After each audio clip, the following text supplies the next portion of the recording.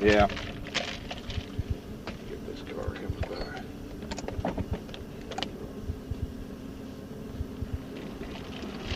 Now, Burris, tell about when you judged. You raised chickens and judged them. That's one thing. Well, I was interested in chickens when I was just a kid, and I had some purebred chickens. But later on, after I married and moved to town, I had a place where I could keep chickens, where I live now. Yeah. And neighbors, quite a few neighbors had chickens. So I raised some fancy chickens and took care of them there. And that old barn of mine I made it into individual pens. Yeah. And had a good thing going there. And I showed chickens for several years at fairgrounds here in Springfield, and then I showed them at Wichita, and showed them at Oklahoma City, and showed some at Atlanta. Atlanta, yeah. You didn't go yourself, you'd ship them? No, I didn't go ship them. And entered them, and they'd receive them and show them, you know. And, and I always have been kind of interested in the thing, and I got interested in cockfighting. Not do it myself, but just because. So I subscribed to some cockfighting magazine. But I lived was it legal then, or? Well, it wasn't. No, it wasn't legal really, but the law just kind of turned the other way. When was this? 40s, 30s, or? It would be in the late 20s. Oh, okay. Yeah. And anyhow, the first time I did anything about it, 2 or 3 neighbor boys. One of them was named Houston Crosby, and I forget what other boys were with him, but I think there's 4 of us. And the McCoy brothers in Springfield had a butcher shop on Boonville Street, on Boonville Hill. And it is just an old-fashioned, nothing but meats, you know. Yeah.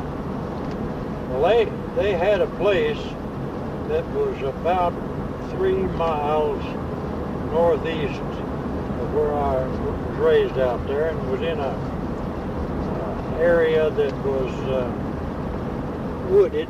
Yeah. And they didn't. Part of the time they had somebody staying there, and part of the time they didn't. They had a kind of a extra tight fence around it, and a gate into it. They had cockfights there, and we heard about it. So one Sunday, they'd have them on Sunday. One Sunday, these boys, neighbor boys, and I said, well, let's just go up to the McCoy place and see what goes on, you know. So we went up through, and we went up through across what they call the Big Hollow. Got up there, and we could hear the chickens, roosters crowing, just dozens of them. So we just kept nosing on up there, you know. First thing you know, we were all within maybe a couple hundred yards of it. And we saw people begin to come out and look for us coming, you know. We thought, well, we'll just go ahead. We're just a bunch of boys. They won't know what we're after. We just nosy about the whole thing. So we went up there, and I think 3 men came out and walked down the road and met us. What are you boys doing up here? You know, this is private property and so on. Well, we said we'd heard the chickens crowing. We just thought we'd come up and see. Oh, they looked at each other a little while, just like a couple of larky boys on Sunday, you know. Went up and said, oh, it's okay, let's let them go on up. We went up there, and this place was down in a kind of a hollow, and boy, there was, I don't know, offhand I'd say there's 20 cars there.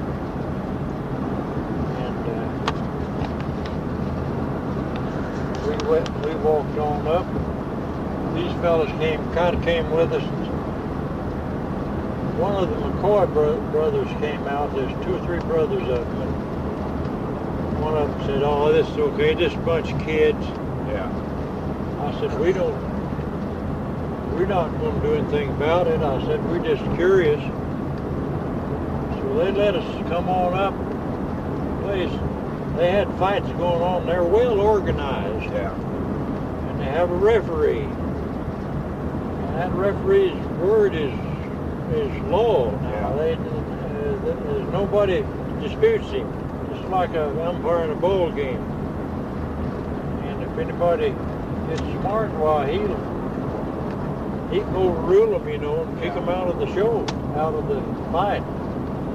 Well, they had all kinds of chickens around there, and mostly in cartons with strings around them, so they couldn't get away, you know.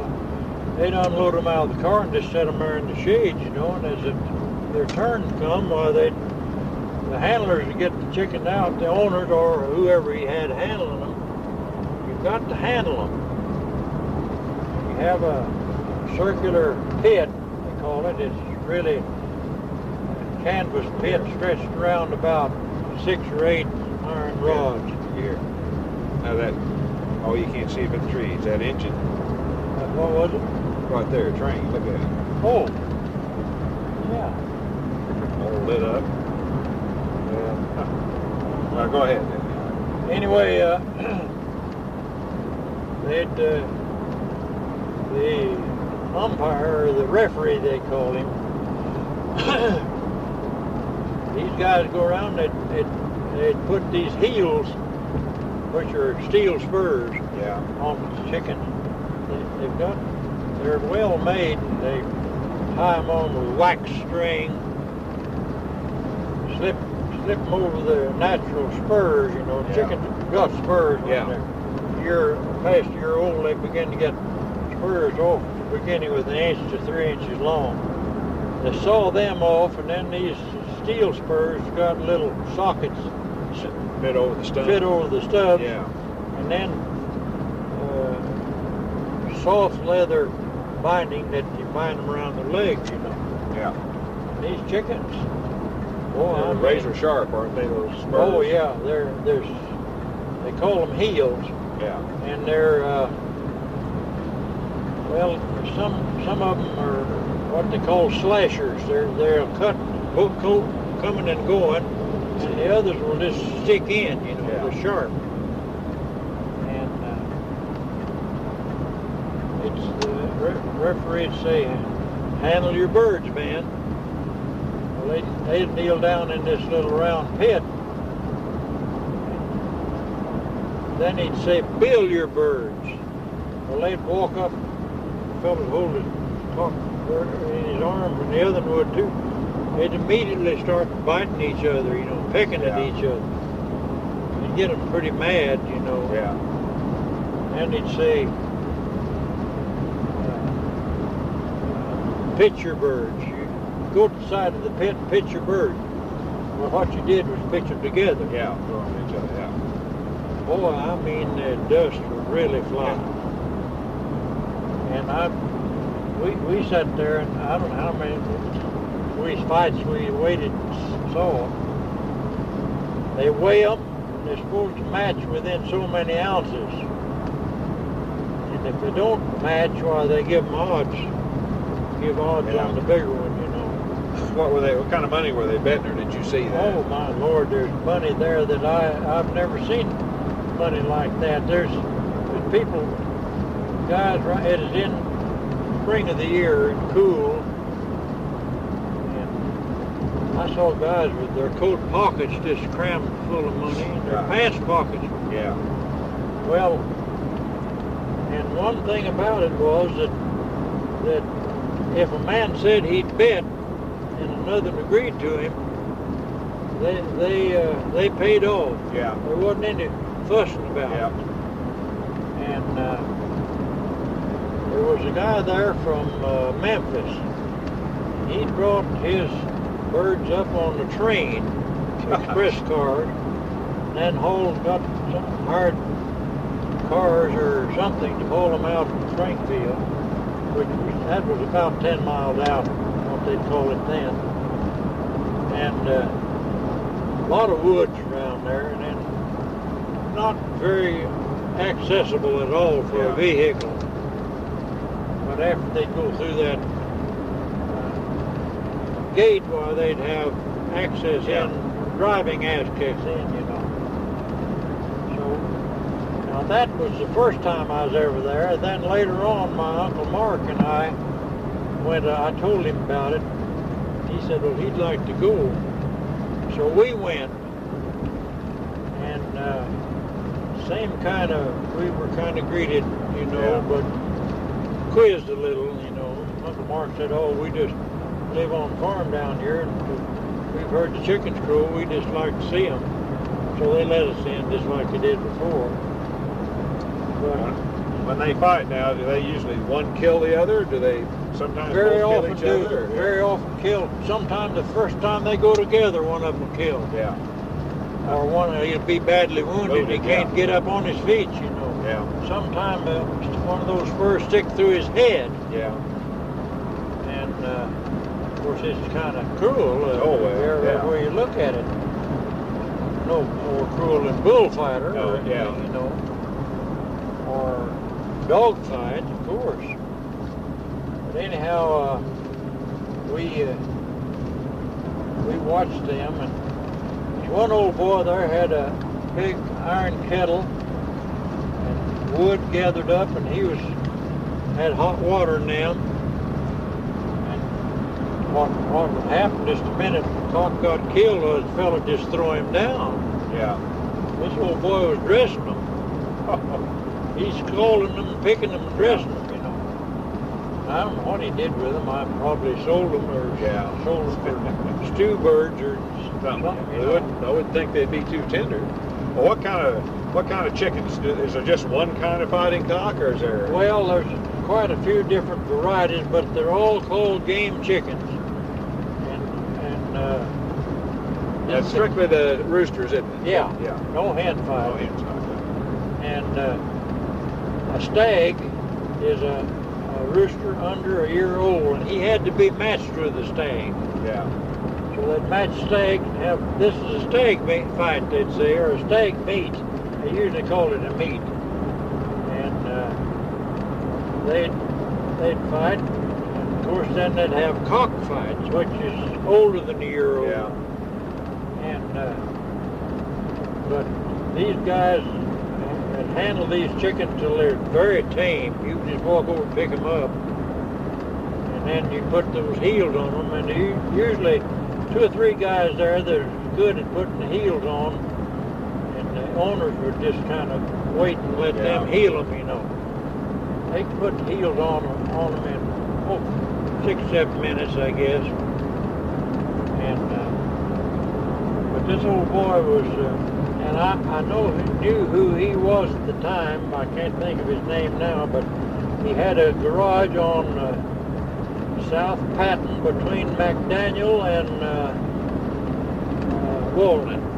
Right in there, you know where Daily Events is? Yeah. Well, right on down north of that. Yeah. Well, what later got to be the back warehouse of Turner's. Yeah. Well, and he was dressing those chickens, and I think he'd brought ice.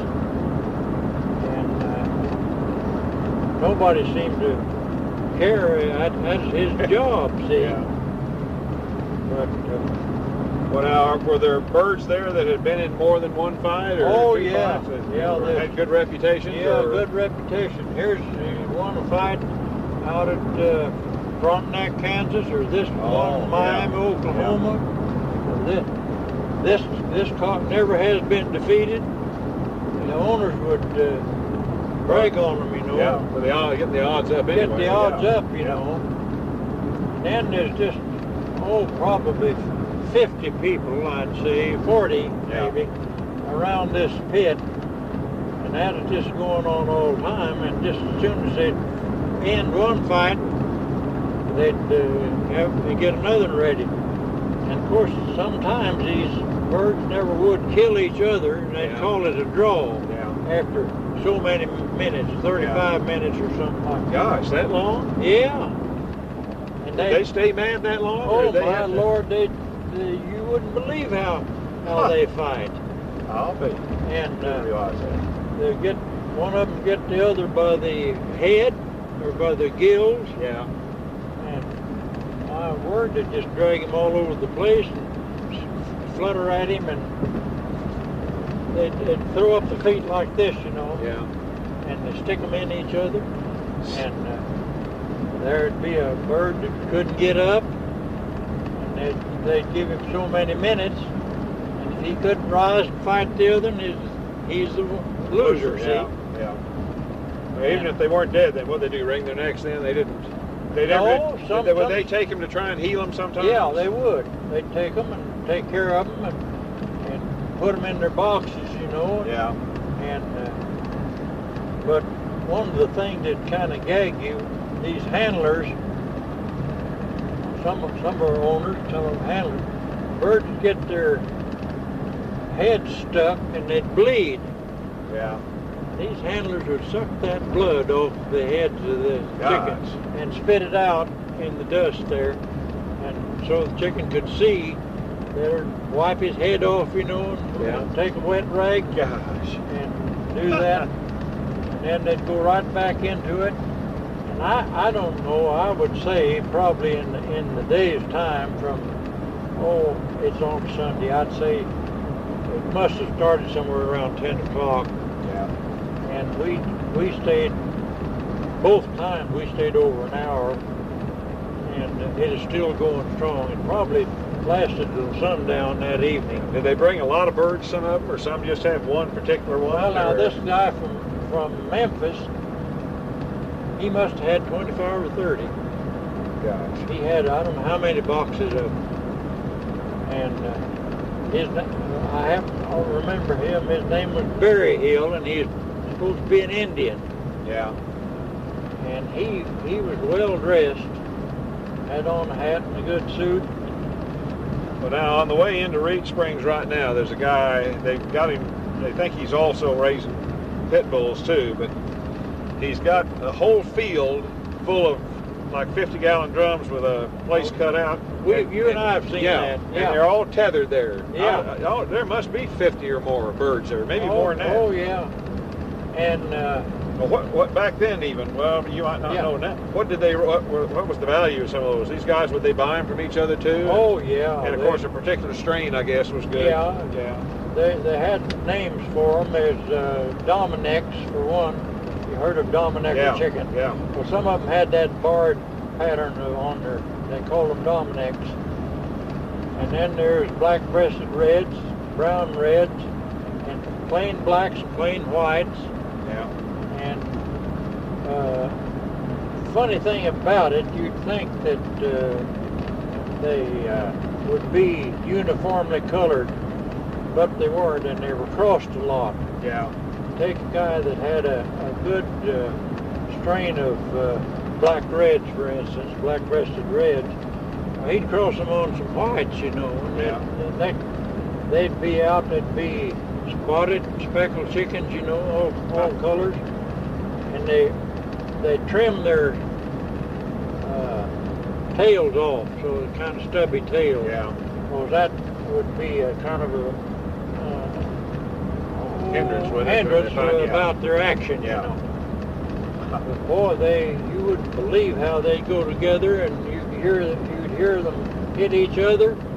I bet you could hear them 50 feet hit each other. Gosh. And did they? What was the What's considered one of the best ones for a fighting cock? Well, or fighting there's game cock, I mean. these black-breasted reds are supposed to be awfully good. And they had like warriors, you know. Some strain of them that they call feathered warriors, or black warriors. And another breed I remember was called Old Family.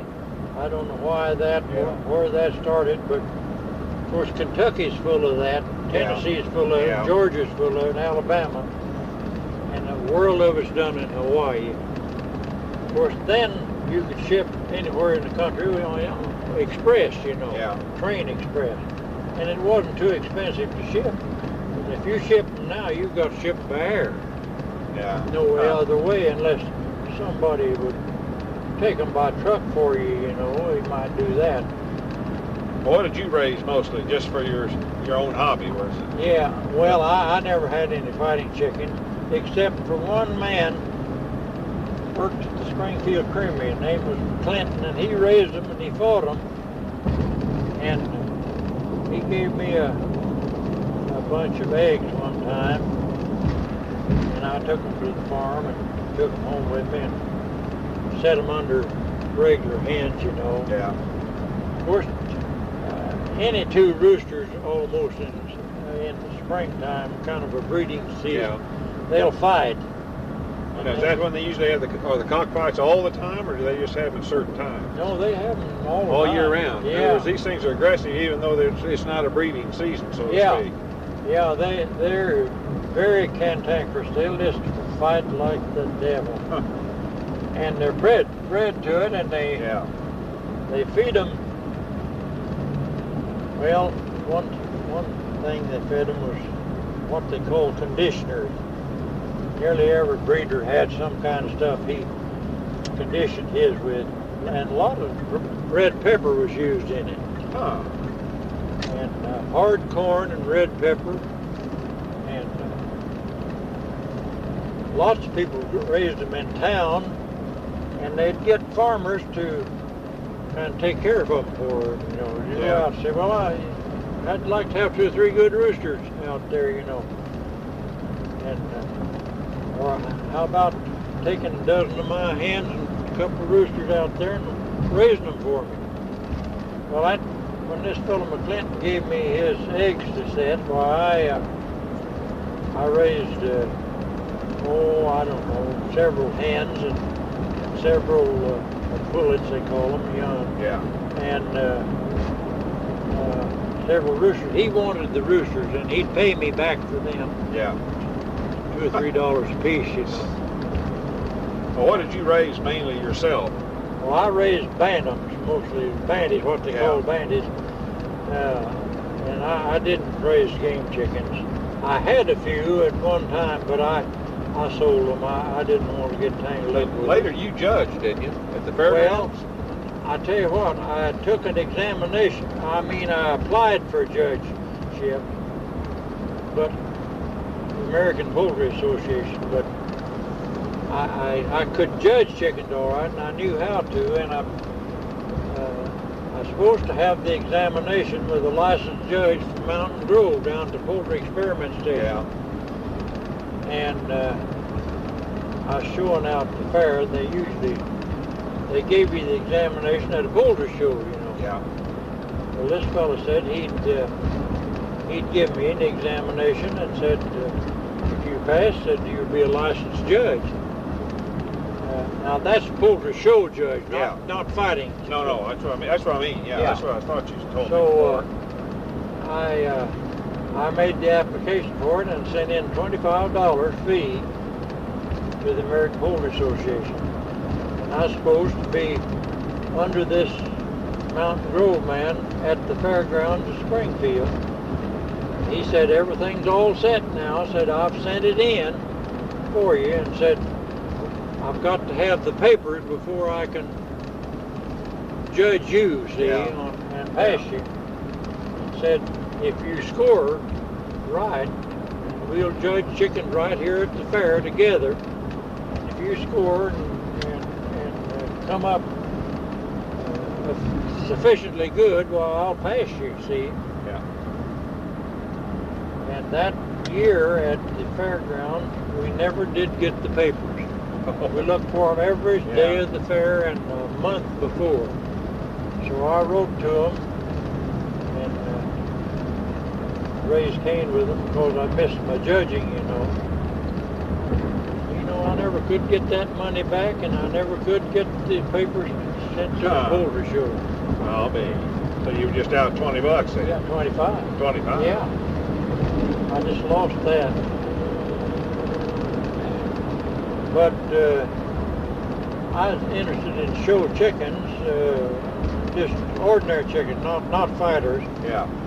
But I also liked these fighting chickens. Boy, they had a lot of style, and they had a lot of the roosters. That's our truck again. Yeah.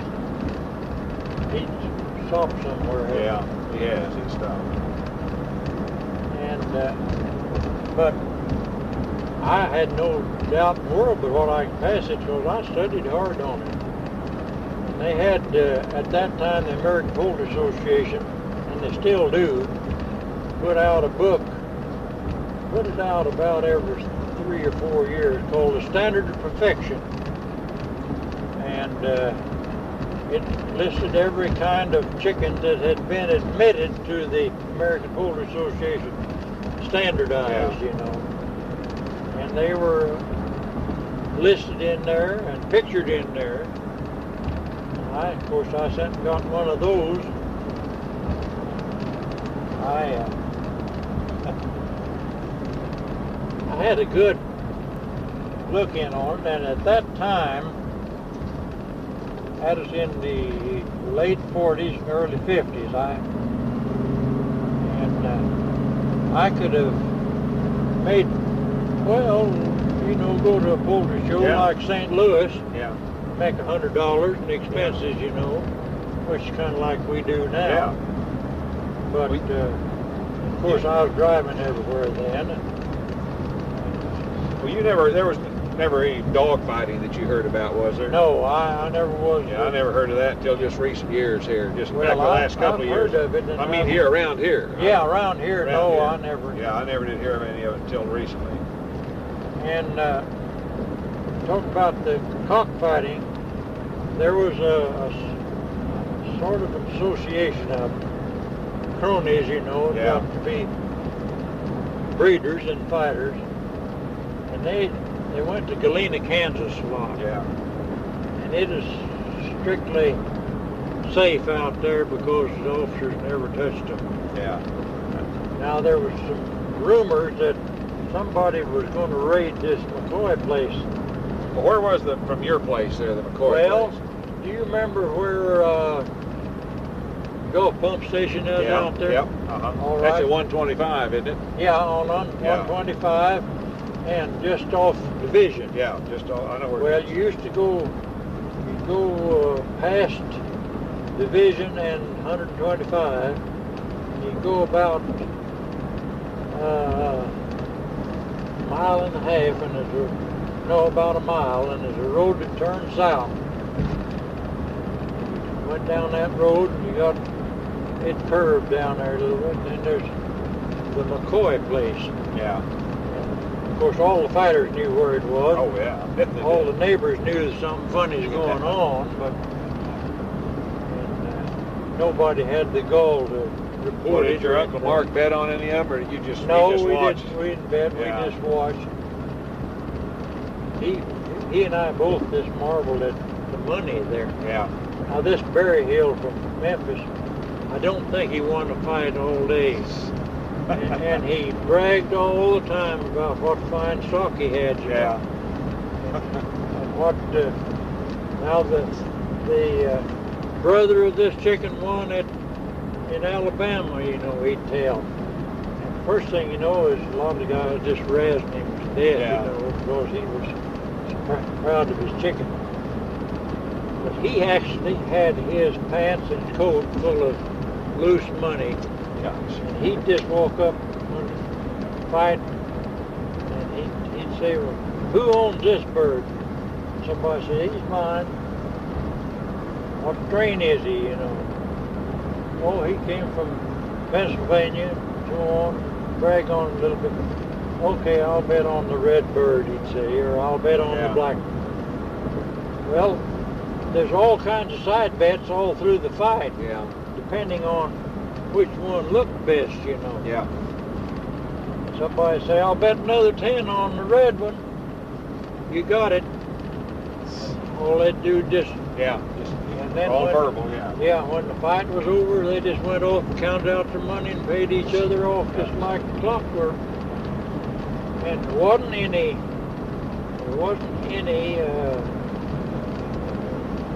hostility about it. I mean, like you're a cheating bastard, you know, or anything the kind. There's a published book of rules on it called, let's see. Well, it's an old sport. Oh yeah. It goes way back. You know. And this book was standard for all cockfighters. They read and fought the birds according to that book. And I think I saw a copy of it one time, and I used to think about I was going to order me a copy. We could get it for $1, I think. Dr. Clark's cockfighting manual. Yeah. Well, you know, where we were tonight is where the state raided those cockfights a few years ago, remember, over around Winona? Yeah, I've heard that, yeah. And they confiscated their birds. But they never did find them, did they? Well, then they held the birds for a long time, and while they held the birds, a lot of them died. Yeah. And some of them got real sick, and when they finally returned the birds to the owners, I don't know what the outcome was. Last I heard, a bunch of those owners were suing the state for maltreatment of their gamecocks. Yeah. And I never have heard how they came out on that. I don't, they probably lost in court. Oh, yeah. Probably did. But since they didn't convict them of anything, you know, they filed a countersuit, but I don't know how it ever came out. I got quite a bit of newspaper clippings on it home. Now there's a family of brothers that lived out on Florida, and well, Chase and Florida are out there together on the west end of town. There were 3 brothers, and they were called the Miller Brothers, and they had a seasonal little old circus that they went around, had 2 or 3 trucks, had some monkeys, and some of these guys could do some strongman stuff, and I don't know, it just booked places like Nixie, you know, and they raised fighting cocks. I've been out there a number of times. Mac Miller was one of them. And, he was always bragging on what a fine strain of cockbirds he had. He'd sell them.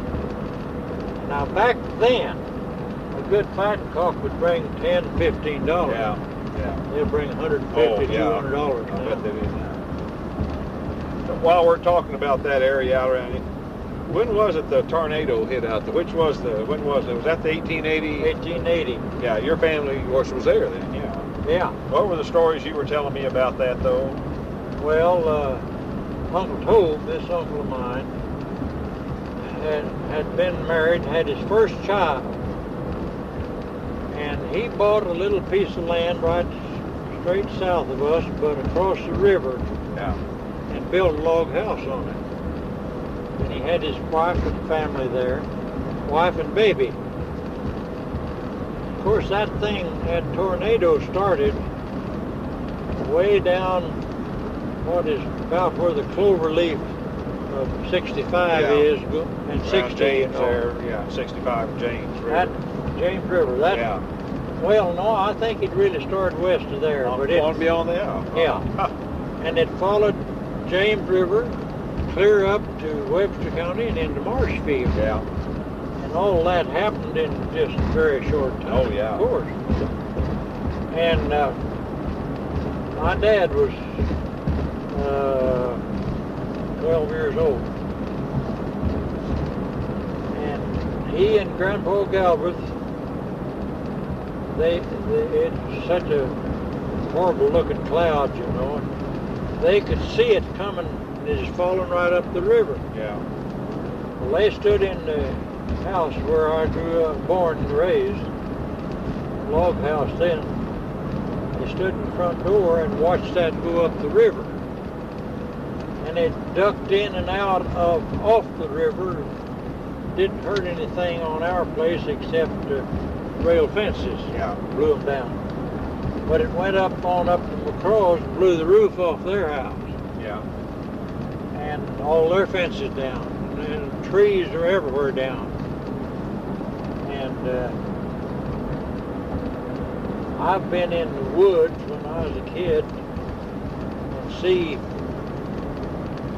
humps of ground, nothing in it now living, no wood, but where the roots were up. Yeah, everything, yeah. That's all the woods out in around our place had those tornado. Yeah. They call it the cyclone. Yeah. Right. Cyclone blown up trees, you know, long since rotted. Well, what were the stories and things that happened you told me Well, about before? I'm told, like I say, they were watching, they could see his chimney from our house, across the river, down across our bottom. So when the storm had passed, Grandpa said to my dad, said, Tobe's house is gone. I can't see his chimney. So some of them, I don't know who all was home then, who talked to his brothers, but Uncle Mark, and he's about 10 years old. And Grandpa went down there, and Uncle Tobe's house had blown off the foundation. And Aunt Ellie and Nettie, that is the oldest child, she was born in October, so she's 6 months old. And when they heard this coming and saw the black cloud, they went in and lay down in their bedroom across their feather bed. Yeah. With a baby between them. Well, when the storm blew over, Uncle Tobe, he kind of came to. He was half knocked out. He had something had hit him in the head. Yeah. He's bloody on the head. But he couldn't find his wife and child. And the house was pretty much, a lot of the stuff cleaned out, but still something. The bed, part of the bed, the bedstead was still sitting there. Part of the furniture in the house, part of it gone. So Uncle Tobe was frantic, you know. Yeah. And he began to call. And they were both gone. And as far as from your house to Arch Bays. Yeah. Block. He found her right in the edge of James River on a gravel bar with that baby in her arms sitting on the feather bed. I'll be. And she didn't even know how she got there. And boy, if you don't believe she was scared of storm, why, just a little old shirt-tailed cloud, she'd take the whole family to the basement after they moved to town. What was the other story, though, about the chicken they found, or? About what? Chicken? Oh, the cockfighting? No, about it in the storm. Did they find a... No, that is a fake story. Who told that? What they told? Told it blew a Rhode Island red rooster into a vinegar jug. Yeah, sucked him into a vinegar jug. Yeah. Left his head out. And this cousin of mine that believed anything said, well, he just didn't see how they did it.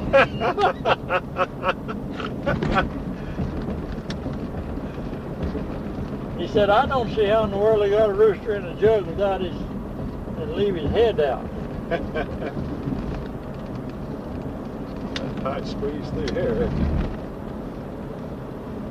Well, he's the same boy that got worried about the house key under the rock. They hid the house key under the rock whenever they left, so whoever came home first get the key out from under the rock and open up, you know. Yeah. He came home from school.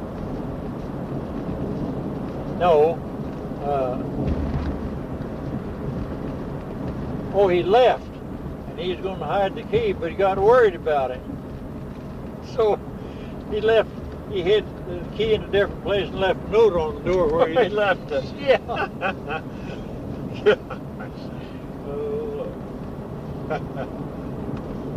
But that cockfighting thing was something else, and it always interested me. But of course, I never did want to get into it because of the legality of it. But I'll tell you what, I'll show you sometime. I've still got back numbers of a cockfighting magazine called Grit and Steel, published in South Carolina. And I took it for 2 or 3 years, and I've got a number of copies. Yeah, I like seeing one of those. You can see them, see their ads, their pictures of their chickens, and ads about cockfights, you know, big tournaments they had down.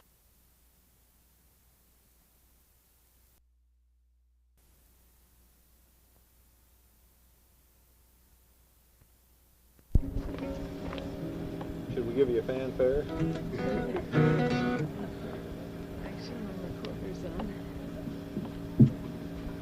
Well, good evening, folks. I'm Jim Corless, the historian here at Ozark National Scenic Riverways, and it's my pleasure to welcome you on behalf of the Riverways to our 1988 Ozarks Traditional Music Festival. This is the first of 5 performances that will be presented over the next 5 Saturdays until the 2nd of July at various campgrounds throughout Ozark National Scenic Riverways.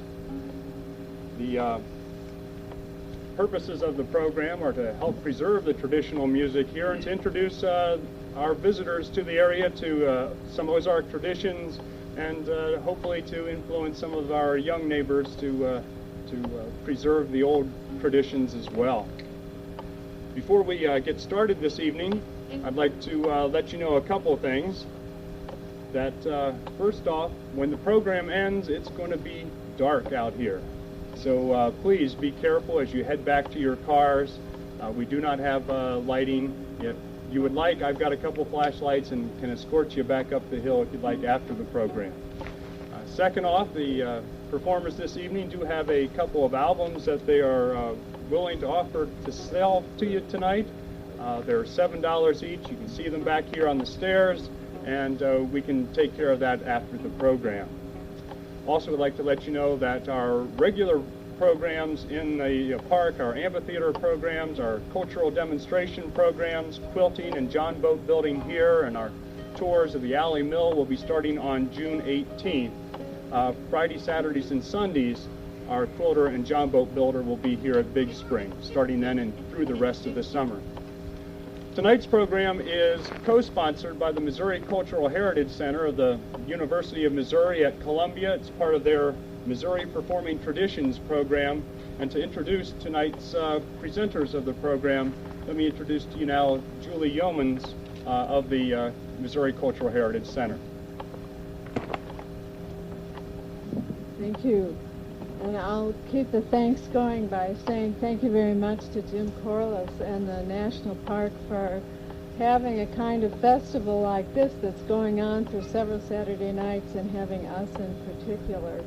And to thank you for all coming.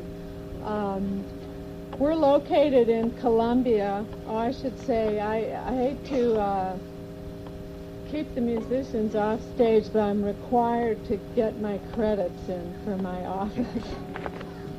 We're here in part from the Cultural Heritage Center and from the Missouri Arts Council, who provides funding for a special program that we run all across the state called Missouri Performing Traditions.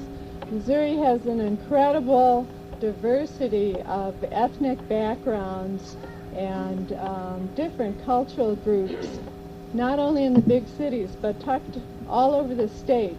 And our performing program goes around putting on concerts like this, but also traditions from Yugoslavia, a Serbo-Croatian button box band. We have jazz, tap dancing, as well as jazz bands. We have storytellers from Africa, as well as from the Ozarks. These are all people who have living communities supporting these traditions right now. We think it's an exciting and important kind of knowledge to keep aware in people's minds, which is what we're trying to do at the Cultural Heritage Center in Columbia. We have some programs about tonight's performance. Please, if you didn't get one, come up during the break and pick one up. It tells a little bit about the music. I find this very exciting because the connections go hundreds of years back. This music is very closely related to music in the 1600s in Ireland and northern Britain, and it traveled by ear through all those years and across the countries as the settlers came up, primarily through Kentucky and Tennessee, who first came from those areas. So it's almost like magic, but the threads are there. Gordon already told me he was disappointed that I stole 2 of his jokes and wrote them into the program notes. So I won't steal any more of his time, and I'll let the show begin. Except for one other thing, this music did not come into being for the purpose of being on stage. It was meant to serve some social function, in this case primarily dancing. It was meant to be music that had an important involvement with community members. So I invite everybody in that spirit to move in as close as you can. If you have to pick your chairs up, please get close and get involved. The music's meant to be fun, and it's meant to have some kind of interaction, whether it's clapping your hands or dancing or just asking questions. We invite you to participate.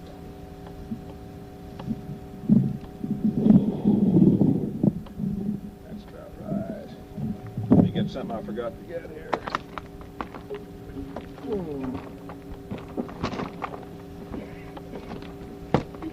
We might as well do this, having kind of the first part. Well, I'm Gordon McCann, and this is Art Galbraith. And on the button, we're 150 miles west of here. So that's how far we came today, and I know some of you have come from further away than that. But it makes no difference. In the Ozarks, this type of music is played everywhere still. There's still more musicians here than anywhere we've ever been and found.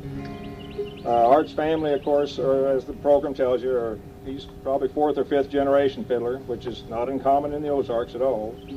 And what we're going to do tonight, rather than just sit here and play at random, we'll spend about the first 20 minutes or so, and we'll just give you kind of a survey of the different types of music that are still played by all the fiddlers in the Ozarks. Now, at one time, they all complemented a particular type of dance, but a lot of these dances aren't danced anymore. But we still have a lot of square dancing here. Old-time square dancing, not the played with the record, but where you have a real fiddler and they really stomp the dust up when they get going. We'll start off with you've heard of reels and hornpipes and jigs, and at one time they had a different time. We've taken them a tempo. We've sped them all up. We call them hoedowns now, and we've made square dance music out of them. But we'll give you a reel right now that if you were in England right now and went to, or Ireland and went to an Irish pub, you'd hear them play Lord MacDonald's reel. But in the Ozarks, we call it leather breeches. Are you all hearing? Yeah, see how this first tune goes.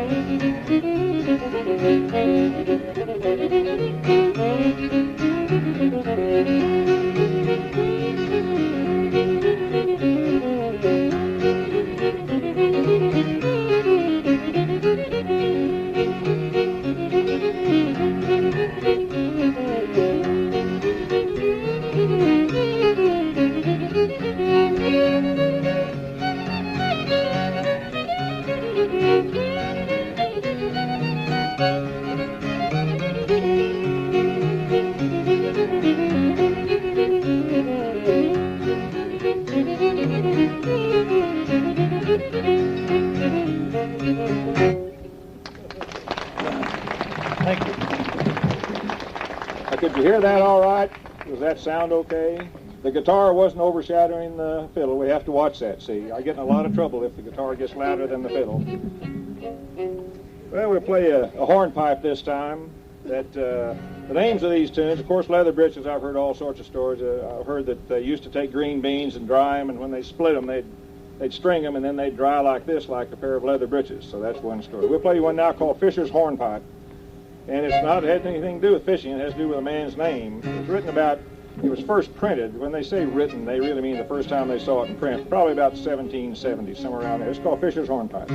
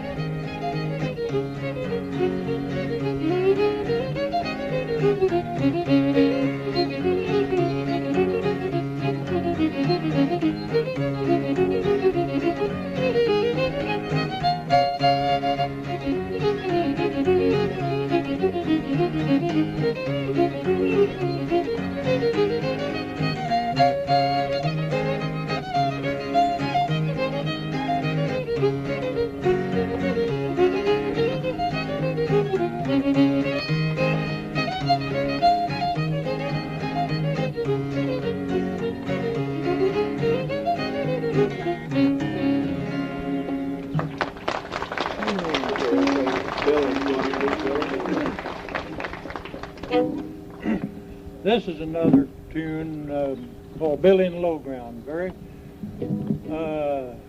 common tune in this country, and it came from the old country too. It's kind of a lonesome type tune, got some minor chords in it, but we like to play it. It's pretty.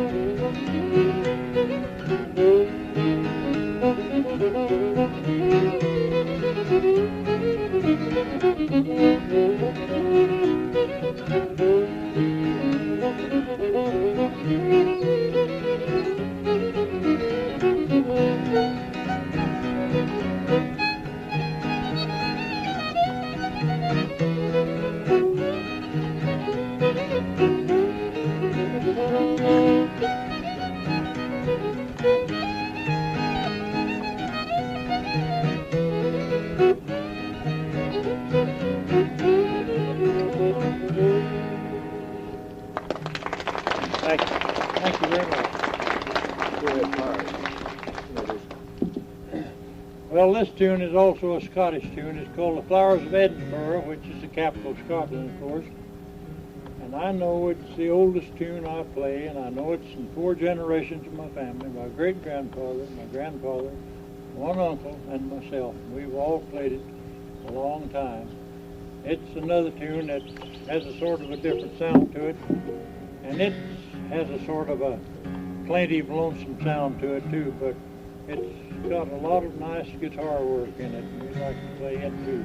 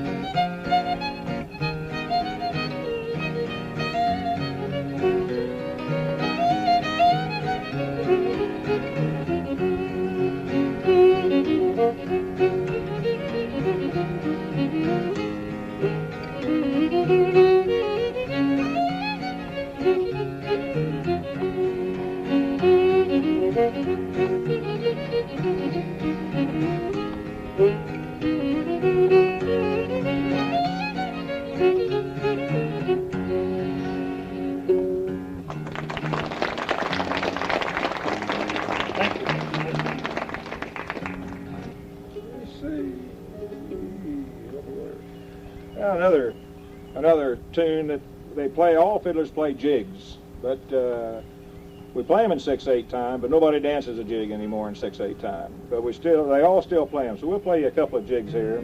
One's called Over the Water to Charlie's, which was a reference to Bonnie Prince Charles, who was kicked out of England by the Jacobites back in the early 1700s, and his followers would toast him as Over the Water to Charlie's, which was over the English Channel. We'll play that one, and then we'll play the other one most of you have heard, called Irish Washerwoman.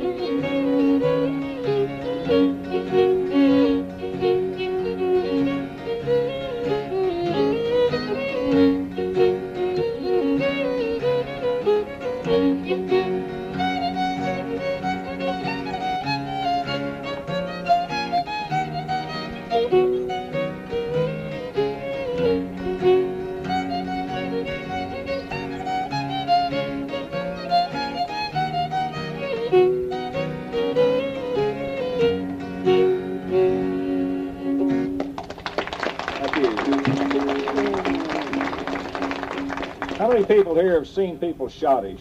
Has anybody seen people schottish? You know, that's a dance we really used to have in the Ozarks, and I've seen nobody from the Ozarks. Well, I have between a couple of square dance sets we've seen people do it, but not very much. But I've seen some from western Kansas and everything, and that is really a pretty dance. It's too bad we had to lose it, but we evidently have. But this is a schottish, and of course, the name is German for Scottish, and it was a tune that was real popular in the early 1700s in Scotland.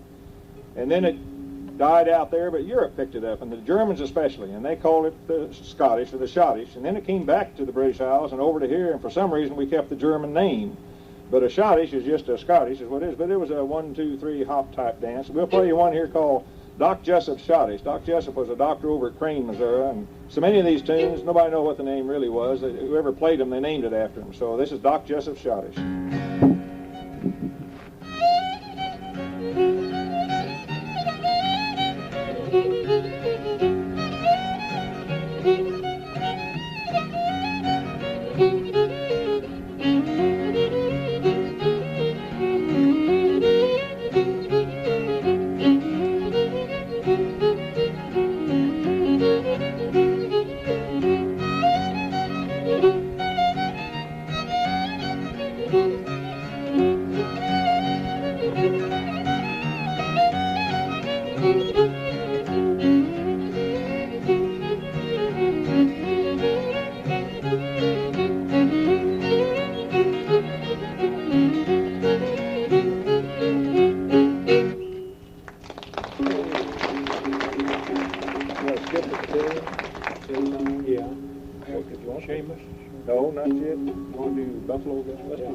Yeah, then here's come up out of the hornpipes and the schottishes and everything, and come up into the 18th century, the 19th century, 1800s, when you started having your musical shows and your minstrel shows and everything. And there's a tune we're going to play. You want to play the two?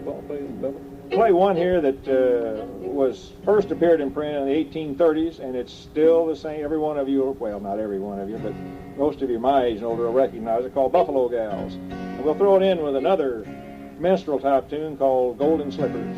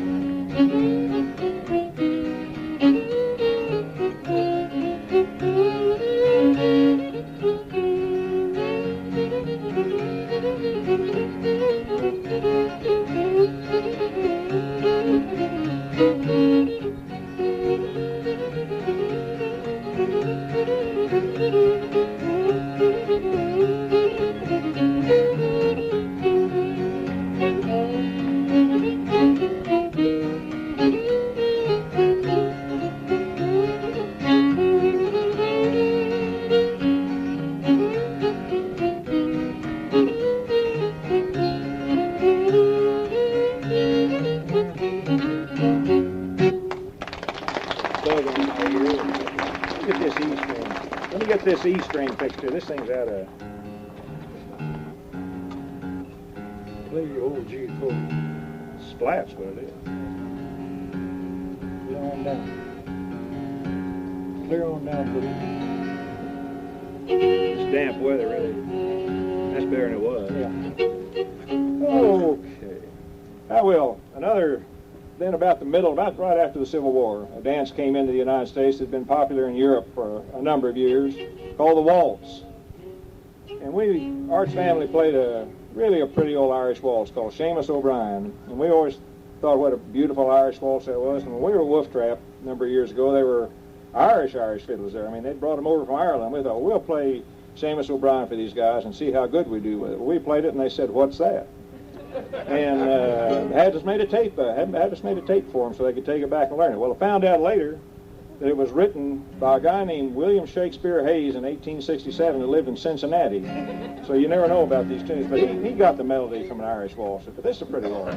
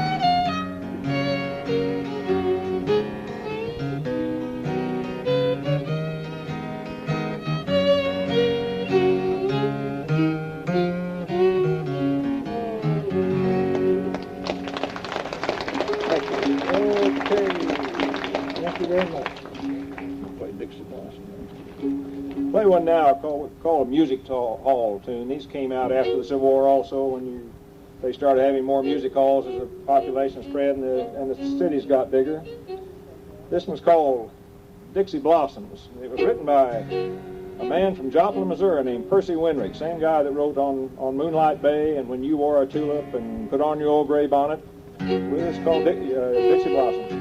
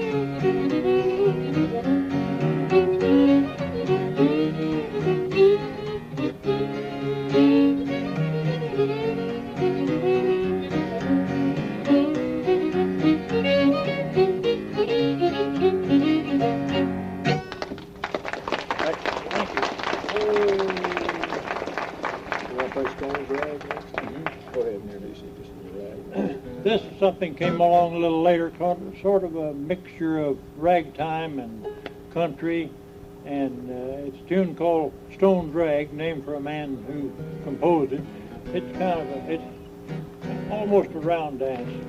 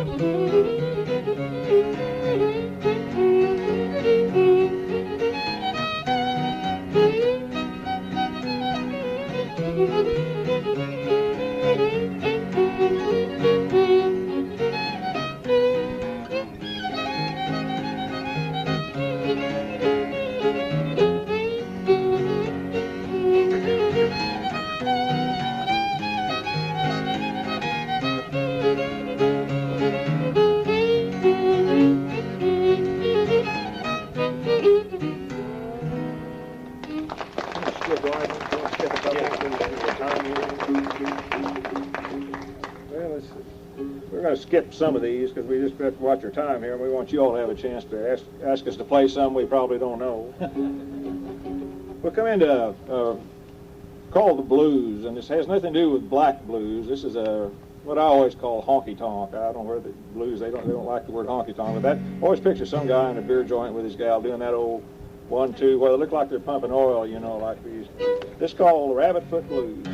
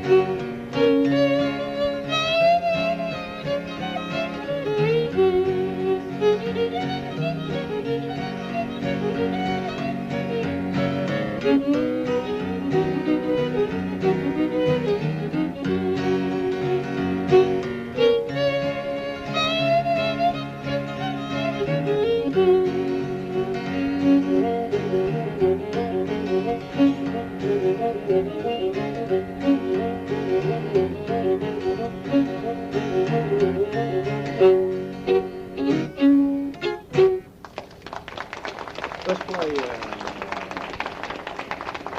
Me Too and Beaumont. Now we'll come up a little more in time into type of music. The good thing about old-time fiddling is the variety. All fiddlers play all these different styles. We're not just singling out a few things that are kind of obscure or something. There isn't a fiddler you can't find that he may not play it very well, but he'll play all of these different types. You come up into the 20s around the 5 Foot 2 Eyes of Blue time, and there's a bunch of tunes they play. We'll play one that most artists seem to like, a little thing called Me Too. You want to throw in Darktown on it? Mm-hmm. We'll throw in Darktown Strutters on it too.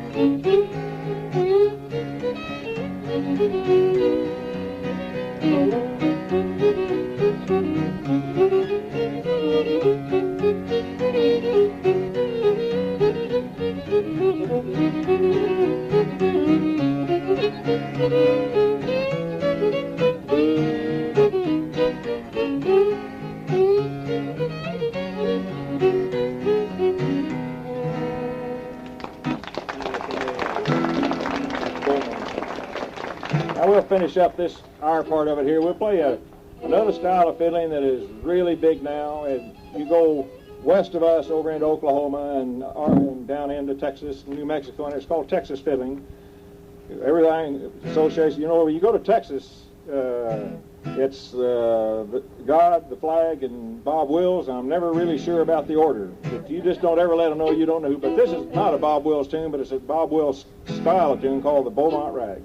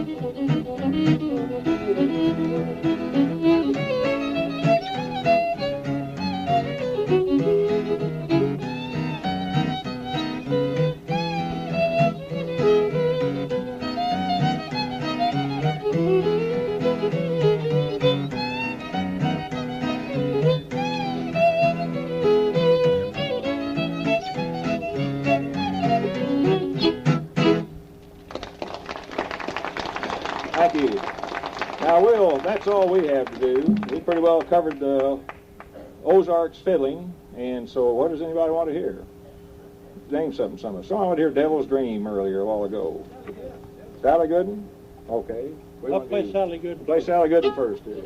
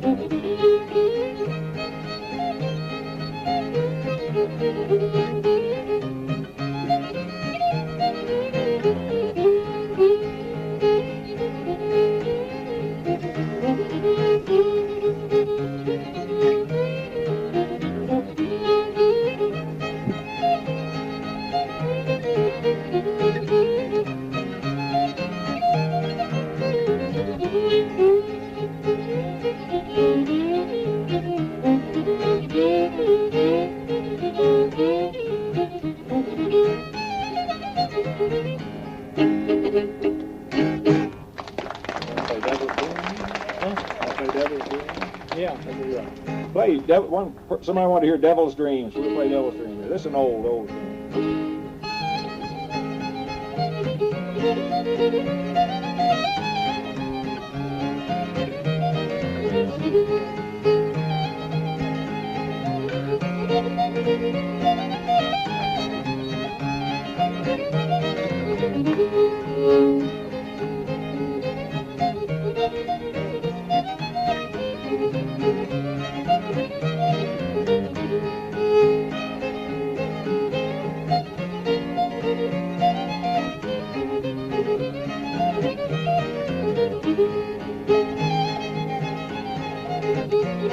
Well,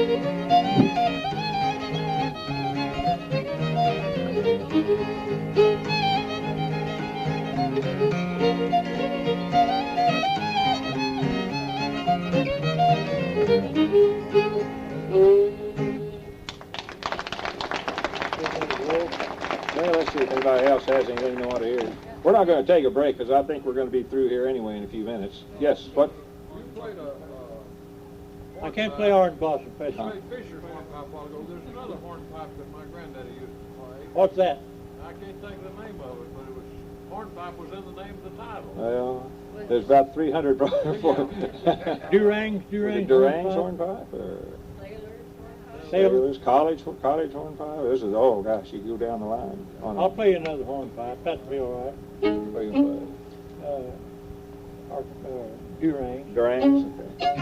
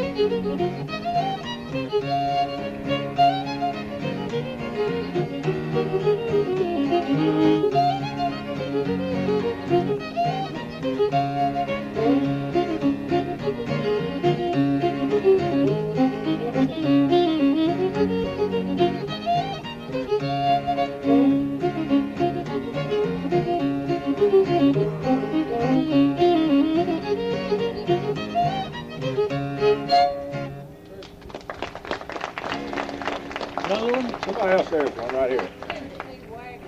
Tennessee Tennessee wagon. All right. We'll throw in fat meat and dumplings in the middle of it.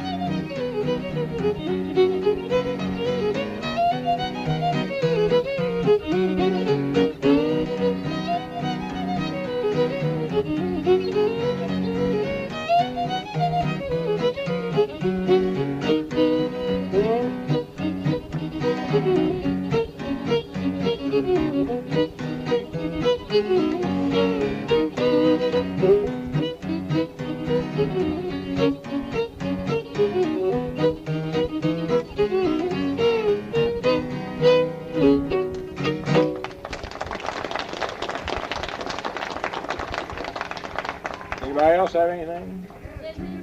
Chicken reel. Chicken reel. All right. He did.